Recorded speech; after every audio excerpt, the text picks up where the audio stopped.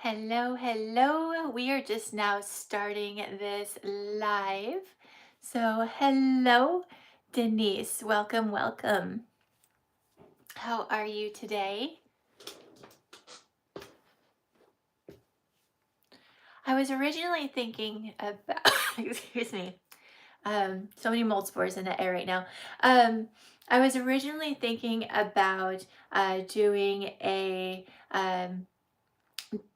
live about herbal books, but I think I want to do it all about how to become an herbalist. Maybe start with the basics. So I hope that you're okay with that, starting with how to be um, an herbalist because a lot of people don't know how to do this. So um, fasting. Oh, perfect. How's that going?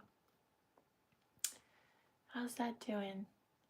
Hello, Missy. Welcome, welcome. It's all good. Oh, good. I was feeling fine all day today, and now I get on the live, and now I have a small cough. I think it's because, um, hello, is it Ronald Bryant? Welcome, welcome. I think it's because I actually have a small allergy to mold, and it keeps raining and then sunny, raining and sunny, and I think because of that, it kind of kicks up mold spores, and it's a very beautiful sunny day today, so I think there's some mold spores in the air. But anyways, I want to talk today. I was originally going to be talking about herbal books, but I think I'm going to put that off for a couple of weeks. But I want to start with the basics. I figure I'm starting to just now do these YouTube lives. Why not start with the basics? So yeah, you guys ready? I'm gonna start with uh, herbal basics, how to get started, because this is a question I get asked all the time. I get asked, how do I become an herbalist? So let's go in the ins and outs. So absolutely perfect. So let's talk about this. There are two ways that you can become an herbalist. You can go to school, or you can be self-taught. I don't think it's wrong either way. I went to school for becoming an herbalist. Actually, I went to school mainly for nutrition, and as a side, I took herbal classes, fell in love with herbalism. But I do know some people who are self-taught herbalists, and they are amazing herbalists. So self-taught is okay, especially here in the United States. I don't know about other countries. Here in the United States, there is no such thing as a certified herbalist. There's no such thing. The FDA doesn't recognize herbalism as a thing. So there's no such thing as a certified herbalist. Now, some herbalists can call themselves master herbalists, and some herbalists can call themselves a clinical herbalist, but they do have to go to, they have to do a lot of classes and hours and stuff like that. Um, but if you want to be like self-taught, or if you want to do a little bit of schooling, um, to me, I think the best way to really get into herbalism is to, um, well, one, do baby steps. So you want to, like, too many thoughts in my head. So, um, you want to do baby steps. I don't know if you've ever tried to become an expert of anything overnight and it just didn't work. Herbalism is definitely that way. I have been studying herbalism like nonstop for like 9 years. So, nonstop for nine years, I've been studying all about herbalism. And there's still so much I don't know.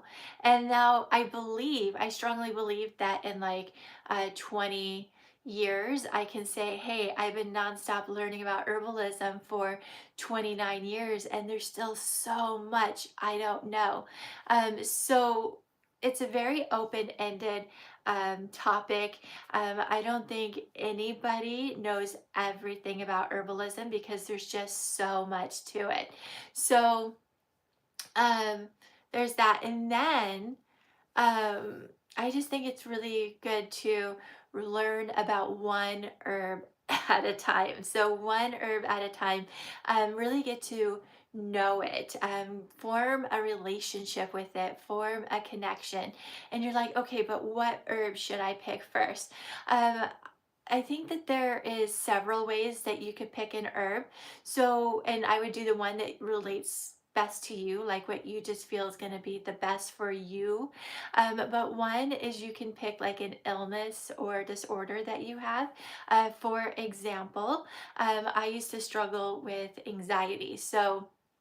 Um, so if you're kind of like me, you could be like, okay, what herbs are good for anxiety? Hello, Sarah. Welcome, welcome.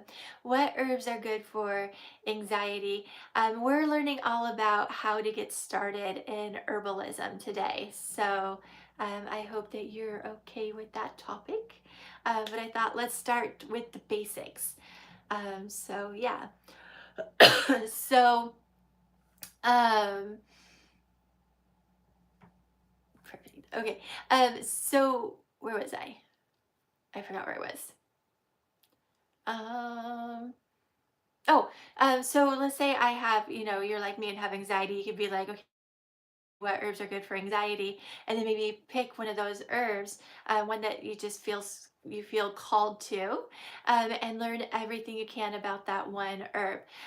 Or you can research herbs that grow in your area and really get to know herbs, like especially if you're going to be into foraging. So if you want to get into foraging, wildcrafting, you might want to be like, okay, what grows in my backyard? And really get to know the herbs that grow in your community. So that would be beneficial to pick an herb, be like, okay, what's let's learn all about this herb. Another thing, which I think is the easiest one, is spices. Look in your kitchen, your spice rack. What we don't realize is that a lot of our spices, our herbs and spices, they have medicinal uses too. So you could pick something like ginger, turmeric, rosemary, sage, oregano, garlic. These are all amazing herbs to really get to know in great detail. We've been doing this in our Herb of the Month too, where we learn all about these herbs. Um, so yeah, I thought I had thought of one other way, but I think um, maybe it's just the three. Maybe it's just the three. So those are ways that you can pick herbs that are really gonna benefit you and your health. And then Oh, sorry. It was giving me a suggestion to try. Um, so but yeah, I would learn one herb in great detail. I just on my podcast, not last week, but the week before that, I did a podcast episode all about materia medica. I wish I knew how to type on here. I don't know. I don't know how to type on this. But Materia medica is a fancy way of saying herbal journal. So it is where you get a journal. You could do it on like a notebook. You can do it on your computer, and you just write anything and everything about the herb that you can get your hands on. I like to put like names, Latin names, common names, a little bit about the family. Um, I like to put on there what it looks like in great detail. Now, in my Herb of the Month membership, I do a Materia Medica for my members. And when I do the visual part, I I make it so where everybody can kind of understand it. But if I were to do a materia medica just for me, I would go into a lot more detail that makes sense to just me, not to everybody else. But we want to know, what color is it? What color is the stem? Is it completely green or does it have like spots on it? Is the plant, is it fuzzy or is it smooth? What color are the flowers? Are they, and what shape are the flowers? Oh, I almost forgot about the stem. Is the, not quite, but thank you. Um, wonder, I don't know how to flip the camera on this either. So I might be a little backwards. Um,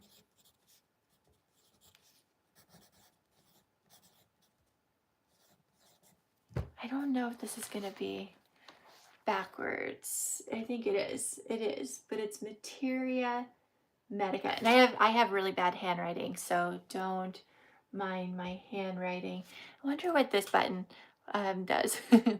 Nope, not that button. Oh, I don't want that. Go away. Oh no. Um, hmm. We're still learning. It might be because it says that I don't have a lot of options because I don't have 1,000 subscribers. Um, but it is Materia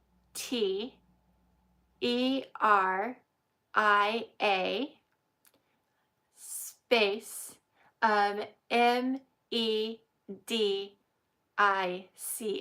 So Materia Medica. So, um, oh, were you saying material or medical material? Maybe that's.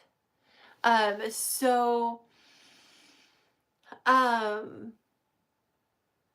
but I like to go into great detail. Also with the stem, I was gonna say with the stem, I also like to say, is the stem, is that hollow? Is it solid? What shade of green is it? Is it dark green? Is it light green? Is it this on the leaves? What shape are the leaves? Is it, the same color on the top as it is the bottom, because that can tell us a lot, especially if you get to like mugwort or wormwood. They're usually green on top and more silvery on the bottom of the leaves. So I would go into great details on the appearance. What does it feel like? I know this sounds weird, but some herbs can tell us things by the feel of it. What does it smell like? What does it taste like? Taste is so important when it comes to herbalism. Um, I like to talk about, where it grows, how to grow it, how to forage it, active constituents, which is the chemistry of the plant. If you're a newer herbalist, you don't really have to get into that yet. You can get into the chemistry a little bit later. Um, I like to get into like the therapeutic properties. Is it a antibacterial? Is it a antiviral? Is it a demulcent or a diuretic? So that kind of thing. And the medicinal uses. And you don't have to do this next part, but I love to do this next part. Is I love to do folklore.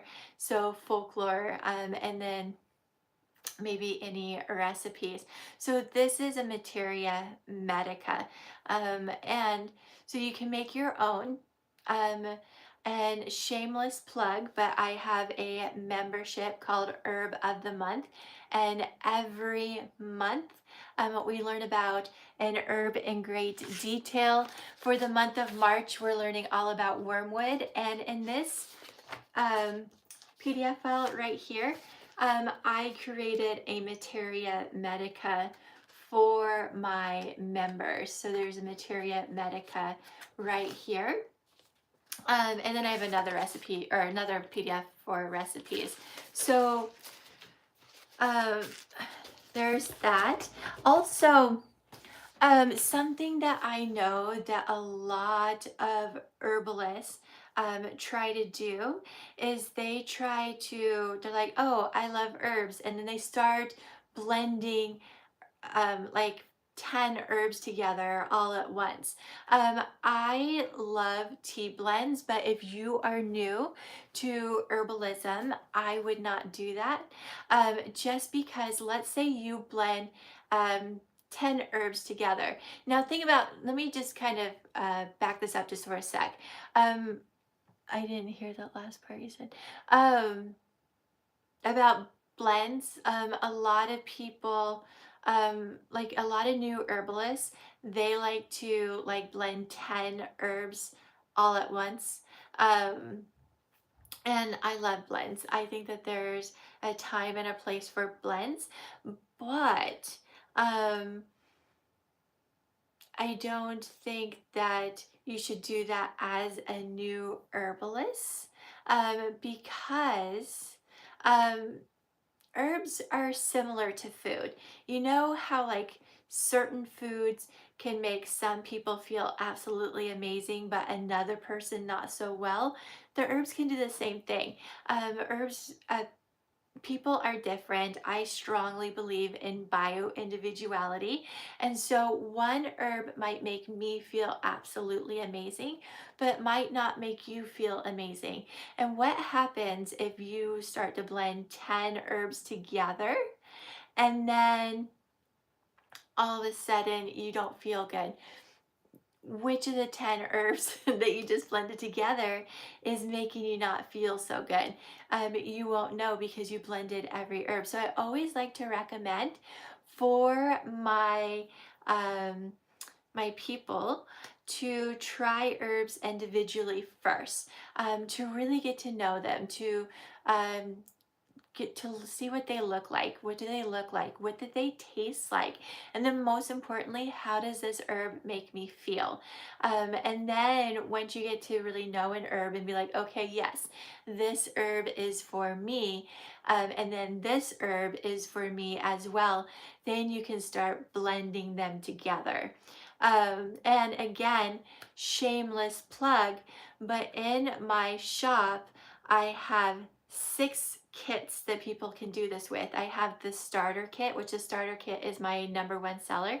So I have the starter kit, the second starter kit, the anxious kit, the gut health kit, the immune health kit, and the first aid kit. Give me just a moment here. These are just a few, but I send herbs in packs like these. So I send herbs in packets like these, and each kit has 11 different herbs like these. So the starter kit has like 11 herbs that I believe are the best herbs for people to start off with. And then the second starter kit is like a second batch of 11 herbs that I think are really good for new herbalists. The anxious kit is really good for people who are new to herbalism and they may be experiencing anxiety, so they want to try different like nervine herbs. The gut health kit, same thing. But these, I always recommend my people to try these individually first before combining them together. Now let's talk about herbal safety. I think that this is really, really important, especially, oh, you love your gut health kit. I love that you got the gut health kit. Thank you, thank you. I love that it's working for you. Um, all right, so I want to talk about herbal safety because this is really important when you are getting into herbalism. Herbal safety is so important. So when we're looking at herbs, we want to know, you know, how safe they are. Is an herb, is it going to conflict with any of your medications? Now, I don't know why this is, but it's easier to do a search on what herbs conflict with this specific medication than it is to say what medications conflict with this specific herb, if that makes sense. So if you are on any medications, the number one thing that I would recommend that you would do is to talk to your pharmacist. Pharmacists actually know what herbs conflict with their medications. So if you're like, hey, pharmacist, I have this medication, what herbs conflict, and they should be able to tell you. So that is really important. Also, illnesses. If you have an illness, this may conflict with certain herbs. For example, um, lemon balm. Lemon balm conflicts with hypothyroidism and Hashimoto's. So if you have Hashimoto's or hypothyroidism, you do not want to take lemon balm. Also, elderberries and echinacea can conflict with autoimmune disorders. So I know some people with autoimmune disorders that will take those herbs when they are only when they're sick. And then I know some that are like, nope, I won't take these herbs whatsoever. But any illness that you may have, you may want to or do some really deep searches on what herbs may conflict with these. Illnesses, if that makes sense.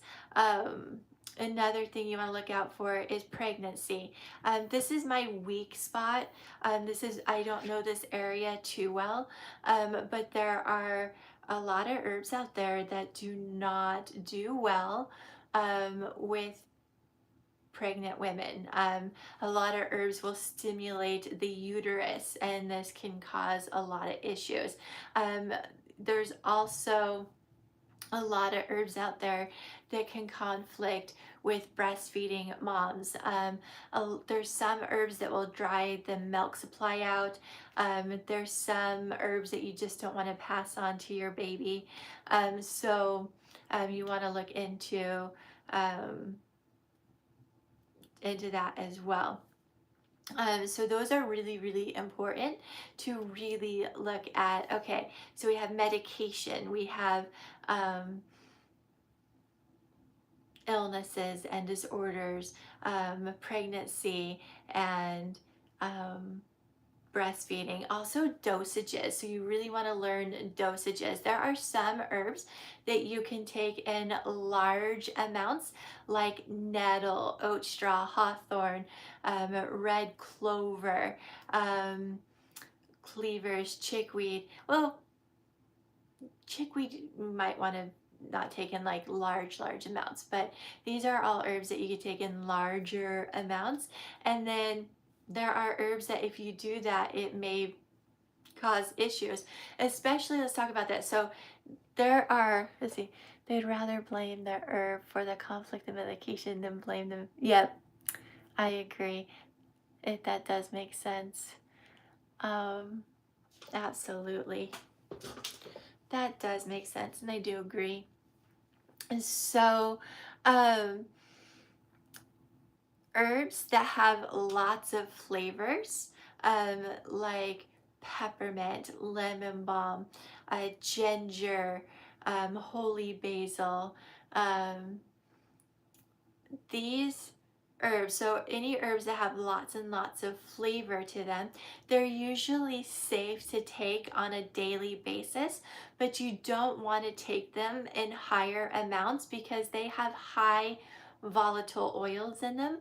And The high volatile oils in large amounts can be really uncomfortable for the body. And one of the biggest things that it will cause is acid reflux. So if you ever try a very flavorful herb and you get acid reflux, it's probably because your dosage is too high. So you want to lower your dosage. Um, so so lower the dosage on that.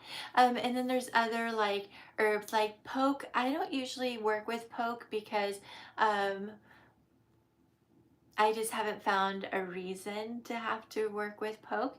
But poke is an herb that if you take it in large amounts, it can be very toxic. So I would be really, really careful with that. What else? What else? So we have dosage. Oh, um, most of the time, like I do kind of searches on like, is this herb safe for kids? And when I say kids, I mean two and older. So two and older, is this herb safe for kids? Most herbs are like half. So um, half dose, so you give them a half dose. But there are some herbs that I am not comfortable giving to kids. Like for example, um, if a kid is experiencing like seizures, um, one of the biggest herbs that can help to not cure seizures, but um, to reduce the symptoms is skullcap. Love skullcap, but in my mind, I feel like skullcap is more an adult herb. You could give it to a kid, but I would rather try lemon balm first because lemon balm could also help with seizures, and lemon balm to me is more kid friendly. So I would kind of try to research, is this herb, safe for kids? Is there another alternative for kids that may be a little bit more gentle and more calm? Now, lemon or skullcap is still a fantastic herb. It's just stronger. It's a stronger herb. And so first I'd try lemon balm, and then if lemon balm doesn't work, then I would move to skullcap. But the rule is usually half dose herbs for kids that we would give to ourselves, if that makes sense. Um, what else? What else? Um, how to become an herbalist? Where to begin? Ooh, books. So I love to get all of my, well, like 99% of my um, information comes from books. Please do not go to Google. Please do not research herbs on Google. Google likes to fear monger when it comes to herbs. I had someone come to me a few years ago. She had been taking St. John's wort for years.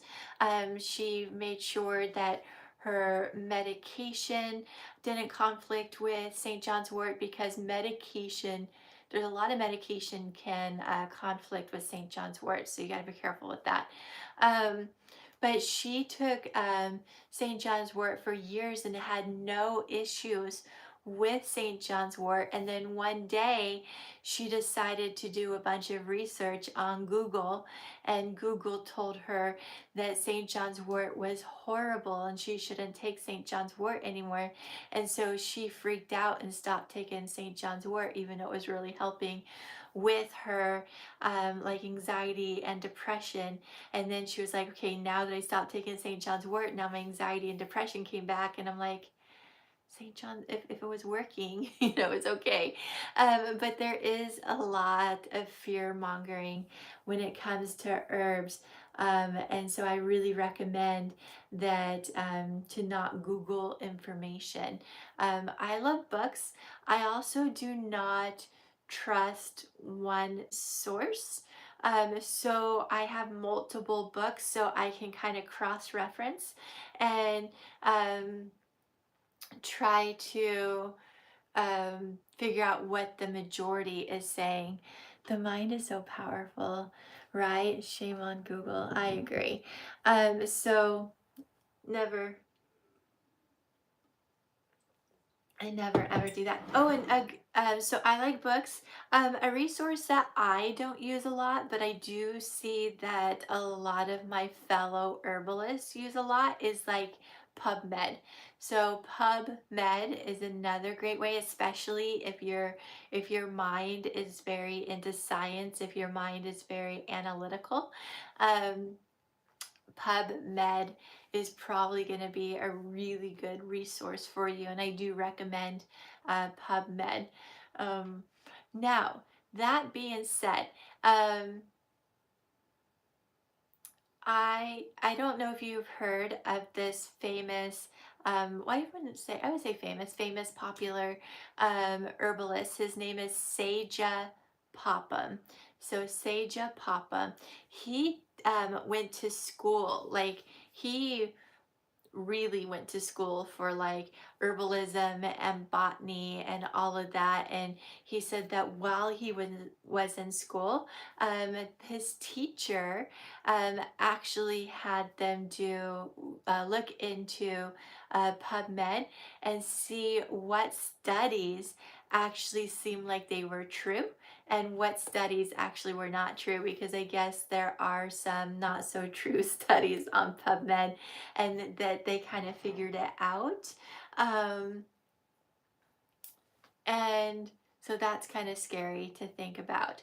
That there are some studies. So I would just kind of, again, I don't trust one source. So if you're really into PubMed, what I would do is try to pull up maybe five, um, 5 to 10 studies on the same topic and see, what um, main the main idea is, if that makes sense, and just to see if there's anything that may seem off with certain studies, if that makes sense. I don't know if that makes sense, but I always like to go with multiple sources and see what I can't think of what the right term is that I'm looking for. Um, the major of the same ideas. So yeah, I know that doesn't make sense, but I'm losing my words there. Um, all right.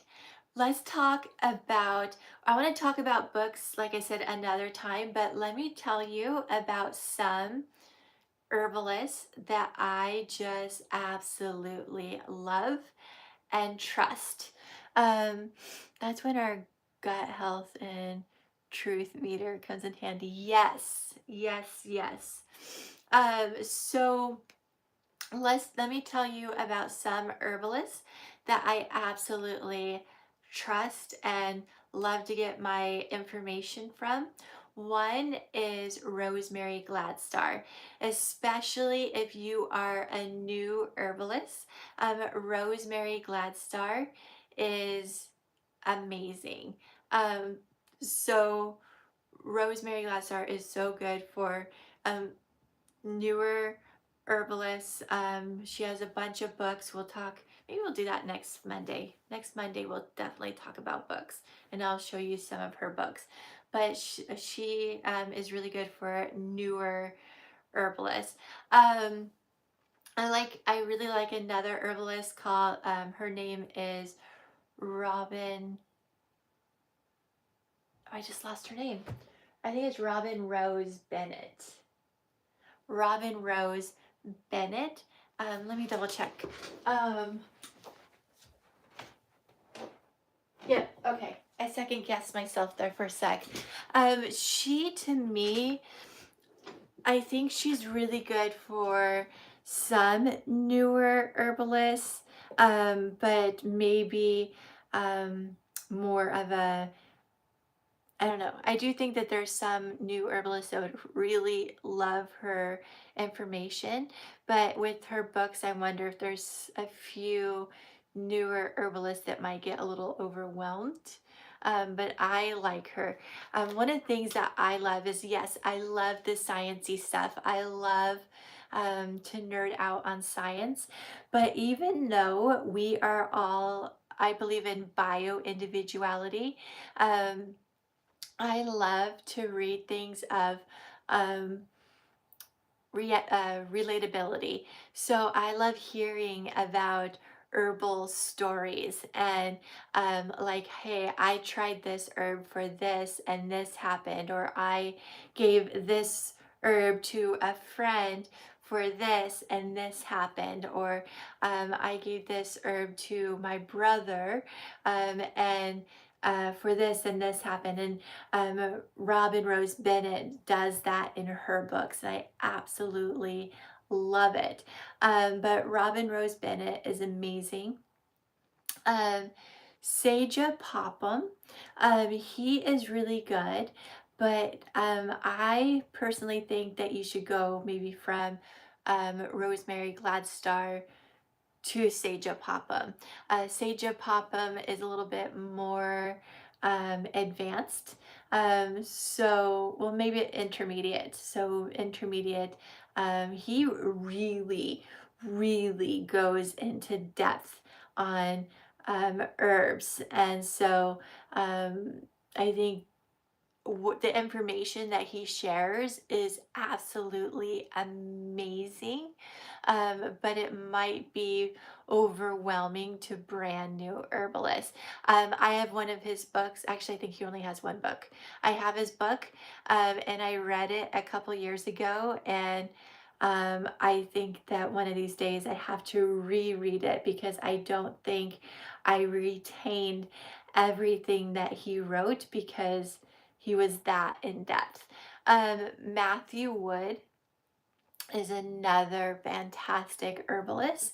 I really like Matthew Wood for two reasons. One is he's just like Robin Rose Bennett, where he goes into relatability stories like, I tried this herb for this, I had this person try this herb, and I really like that. But I also like Matthew Wood because he's old school. I feel like we're in this time of day where a lot of herbalists, and I do this, we have to be really careful about what we say, because if we say the wrong things, we can get ourselves in trouble, if that makes sense. But one of the things I love about Matthew Wood is he and his teaching. Well, what I should say is one of the things I love about Matthew Wood's teaching is that a lot of his stuff is old school, so he didn't have to be so careful about what he said. And I like that because I think us herbalists in today's world, we need to be too careful. And his teaching is just like just right, if that makes sense. Um, oh, another one that herbalist that I just started to get to know her, and I really love her work is Lucy Jones. So Lucy Jones is amazing. I believe that she is from the UK. I think. I don't know for sure, but I think that she's from the UK. And she, some of the words that she uses, I'm like, wait, what is that in, in our American language, because even though their language is like almost like ours, I feel like some of their words are just slightly different, if that makes sense. Um, but yeah, and then so once you really get to learn herbs, you got to learn, okay, or decide what type of herbalist do you want to be. um, do you want to sell products? Do you want to teach? I prefer to teach. I do sell products because that just helps my business, but I nerd out on teaching. I nerd out on sharing. all about herbs and holistic health. But do you want to sell? Do you want to sell like tinctures and teas, or do you want to sell skincare products, or maybe you want to do all of it? Do you want to do everything online like I do? Like my business is like completely online. Or do you want to go into your community and teach like workshops, or maybe open up your own brick and mortar? You know, what type of herbalist do you want to be? Um, so yeah. Oh, I'm gonna be doing a video on this this week. I actually already recorded it, but I'm gonna post it in a day or two. I don't know when that is, but I want to talk about a very common misconception um, when it comes to herbalism. So a lot of people think that if we are practicing herbalism, we're automatically practicing holistically. And that is not true. We can actually practice um, herbalism in a very allopathic way.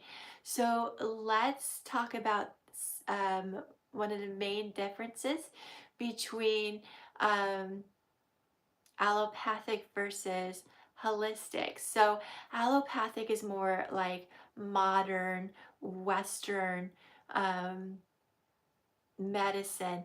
And I do have to tell you, I actually see a lot of herbalists practice allopathically. Um, so one of the main differences between allopathic and holistic is when people are practicing allopathically, they treat the symptom as the enemy. Yes, the symptom hurts, the symptom can be very uncomfortable, but holistically, we look at the symptom as the messenger. We look at it as like, okay, oh, and let me say this really quick. This is all stuff that I'm talking right here about holistic versus allopathic. Little disclaimer. I learned this all through my school, but there are some people say that Sage Popham, that he coined this. I don't know if that is true or not, but if it is, I'm going to give him credit for it. Um, but holistically, we treat the symptom as their messengers. Our body can't speak to us. Our bodies can't say, hey, when you do this, it hurts us. When you do this, it throws us out of homeostasis. Hey, when you do this, it causes this. So when we're doing something that our body is having a hard time with, it throws us a symptom to get our attention.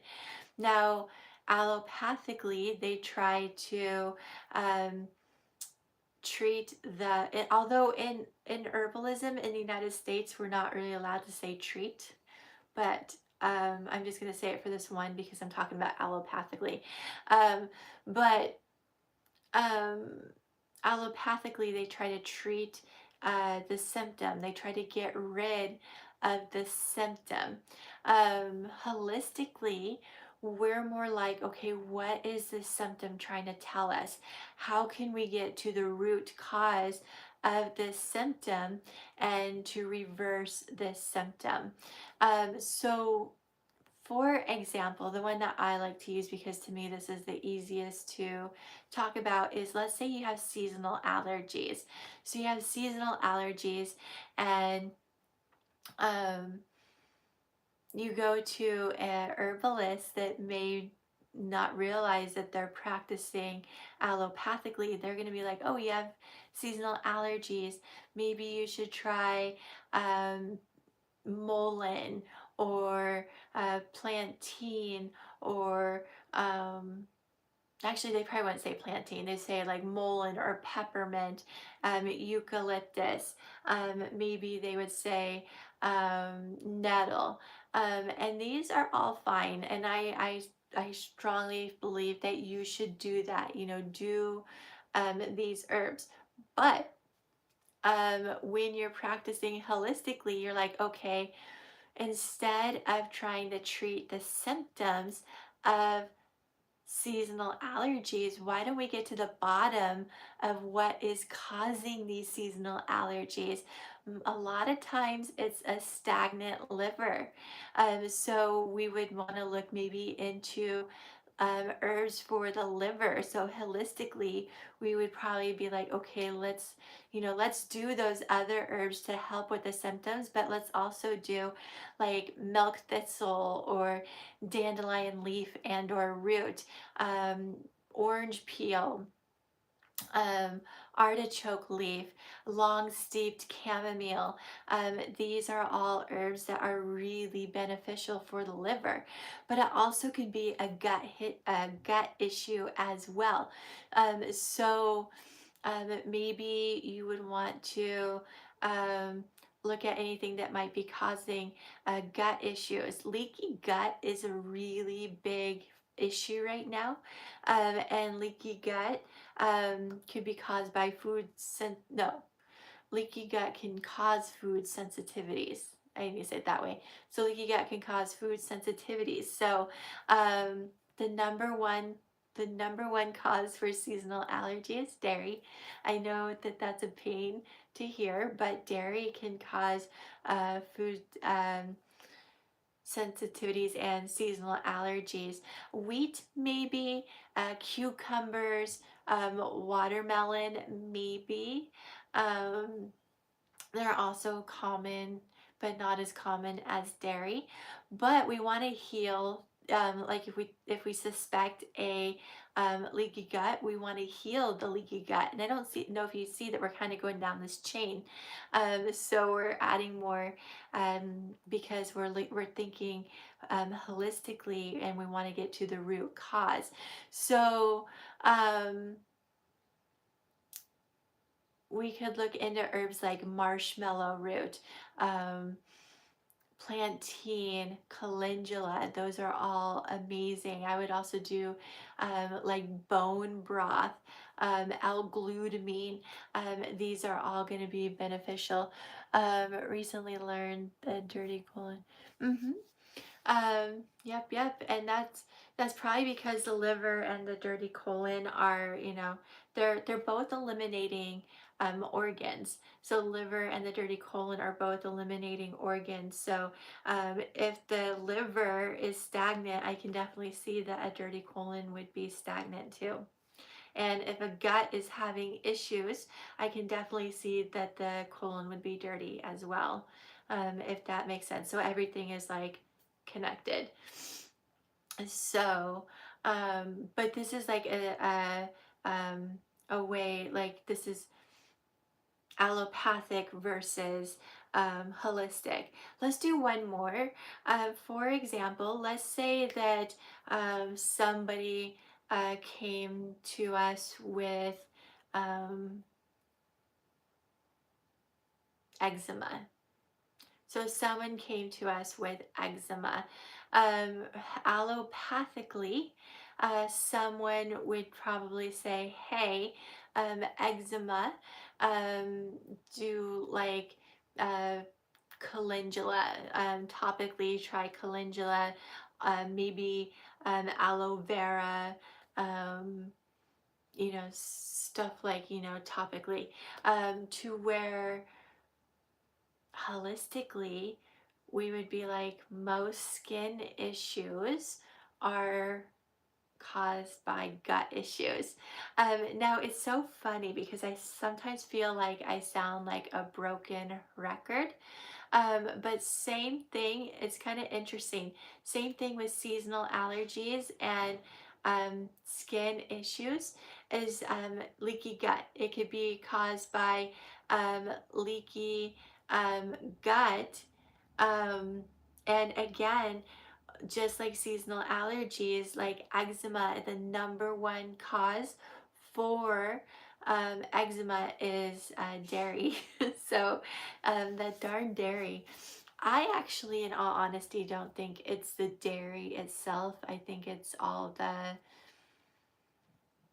the bad stuff they're doing to dairy, the preservatives, um, all this the bad stuff that they're doing to dairy is making us to where we're having a lot of health issues because of it.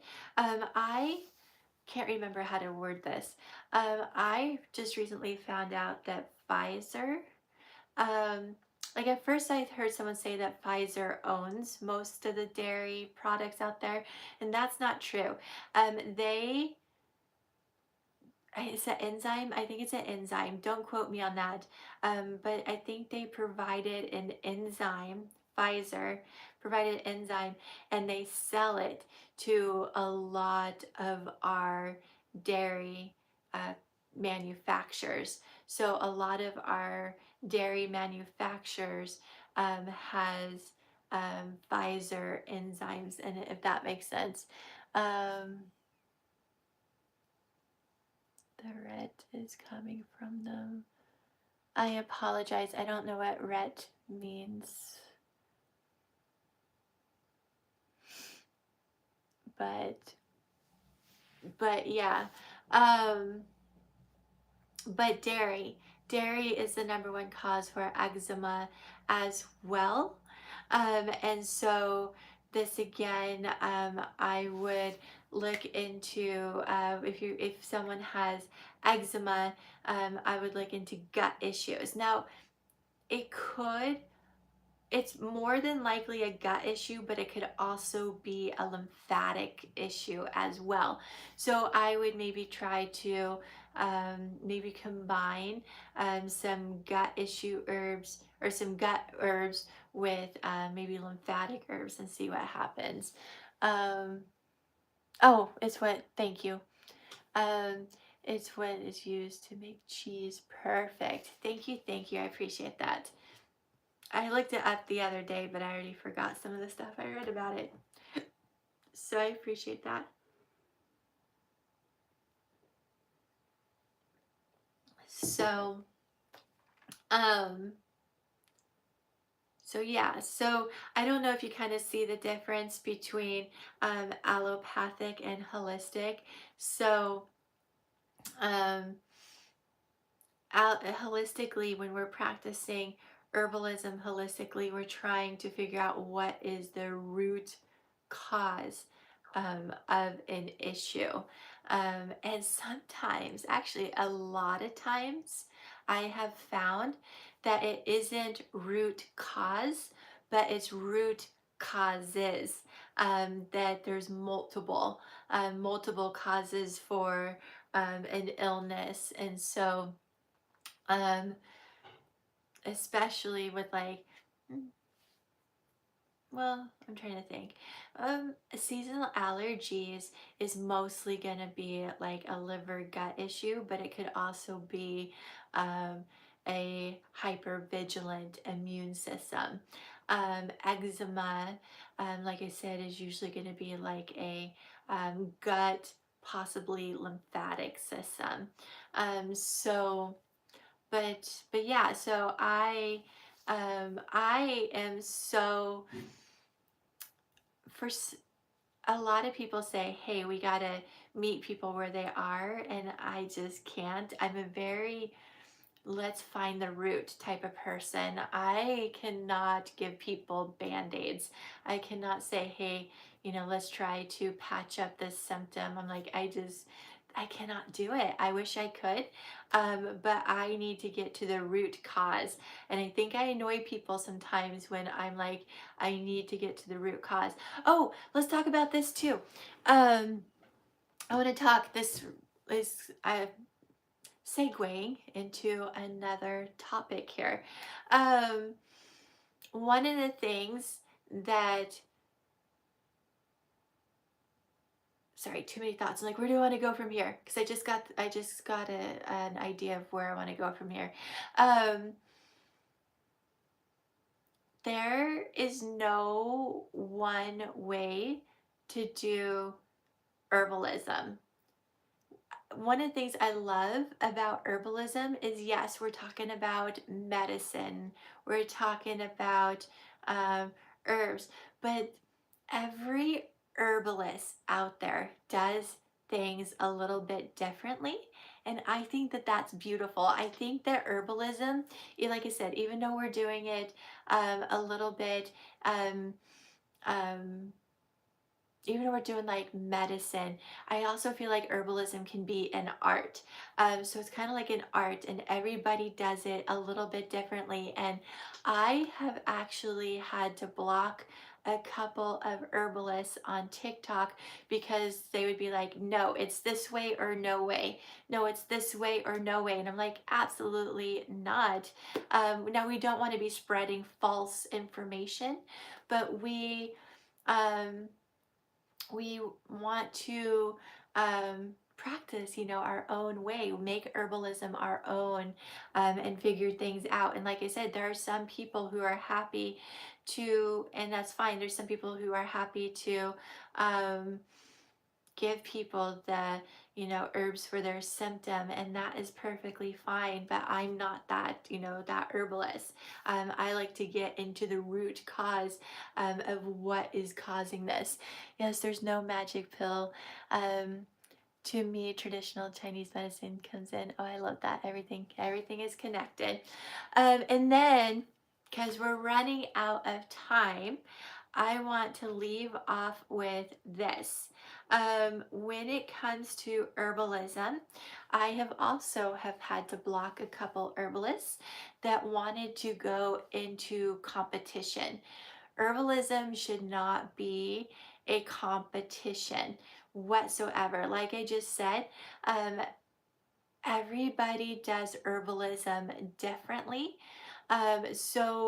I teach one way. I sell herbs one way, and other herbalists teach and sell herbs another way, and so I have something different to offer than other herbalists do. And in all actuality, I don't think that there's enough herbalists in the world, and I think we need more. We shouldn't be competing with each other. We need more herbalists, and unfortunately, there are some herbalists out there that will try to compete, and I just don't understand. I just don't understand it. So, um, we're not in competition. I'm not in competition with any herbalist. I like to support other herbalists and support their way of doing things, if that makes sense. So I'm gonna hop off in a minute, but before I hop off, do you guys have any questions or comments before I hop off for the day? Any questions on how to be a new herbalist? How to get into herbalism? It shows that we have 4 or 5 people on here, so thank you for everybody that has joined. I've been seeing you guys have been liking this very much. Um, I don't know how to figure out how many likes I have on here. I see that there's a 5 thumbs up. I don't know what that means, but I really enjoyed today's discussion. Oh, perfect. Thank you. Thank you. I appreciate that. Um, so I wanted to get to the basics, and then maybe, like I said, next week we'll talk about books, um, and then we'll go from there. So yeah. I'm gonna start showing things on YouTube that TikTok won't allow me to. TikTok won't allow me to do a lot of stuff. So that's why I came over here to YouTube. So I'd be like, okay, now I can share this information here. Um, how important is temperature for making things besides teas? Oh, this is a good question. So like if you're making a tincture, you don't want the tincture to get too warm. A tincture you don't want to get too cold either, but you want to put a tincture somewhere cool. So I always put mine in a closet. Um, where it's kind of cool, so it doesn't, like I said, it doesn't have to be cold but cool. If you're making an oil infusion, it's really good to put it somewhere warm. Now I've seen lots of people put their oil infusions in their window seals. Don't do that. Don't put your oil infusions in window seals because the sun can actually deteriorate the plant matter, and we don't want that. So put it somewhere warm, out of direct sunlight, if that makes sense. Does that answer your question? I think everything else, every other, um, and then just herbs, just like dried herbs, you want them kind of like at room temperature. You don't want them to be somewhere that gets really hot. Like when we first moved into this house, we didn't have a lot of room. So and my grandparents are like, "Oh, you should just put your herbs in the garage. You should put your herbs in the garage." I'm like, "I am not putting my herbs in the garage because we get brutally hot summers here, and I am not putting my herbs in a garage in 100 plus degree weather." Um, but um, so you don't want your dried herbs to get too hot either. But just like normal, like if it's like 90 degrees, that's fine. I just don't like dried herbs to be in 100 plus, if that makes sense. Um, my cranberry, ginger, rosemary didn't come out like, oh, mm, maybe like the color. Are you talking about the color? Maybe it's because our cranberries were different. Different cranberries can make different colors. So that's my only guess. I'm sure it's still beneficial and still great. But that's the thing when you buy like herbs or fruits from berries from different companies is you can have they can look a little bit different and they can look they can make slightly different looking remedies. Does that kind of make sense? That's my guess is that maybe the cranberries were both, different, but it probably still has great benefits to it. So, absolutely. Absolutely. Yep, yep. All right, guys. I think I'm going to hop off for the day. I appreciate you joining this YouTube live. I was like, what platform am I on right now? Do people or do you poke? Yes, I did. And I did put that in the video that we poked the holes in them. So yep, you poke a hole. I always do it with a fork. I have an herbal friend that says you can pinch them. Um, so you can pinch them or I do a fork. So yep. So um, thank you so much for joining me on this YouTube live. I am going to, on Wednesday, I'll be doing a TikTok live at 4 p.m. Pacific Standard Time. So if you want to join us on TikTok, we'll be doing a live on there. I don't know what we'll talk about yet, but I'll figure it out. I'll figure out what we're talking about on there. But yeah, all right. So thank you so much for nerding out with me. Thank you for joining me on this YouTube live. If you're only here on YouTube, I'll be back next Monday at 4 p.m. Pacific Standard Time. All right, guys. Have a great um, couple days. Have a great evening, and I will chat with you guys later. All right. Bye.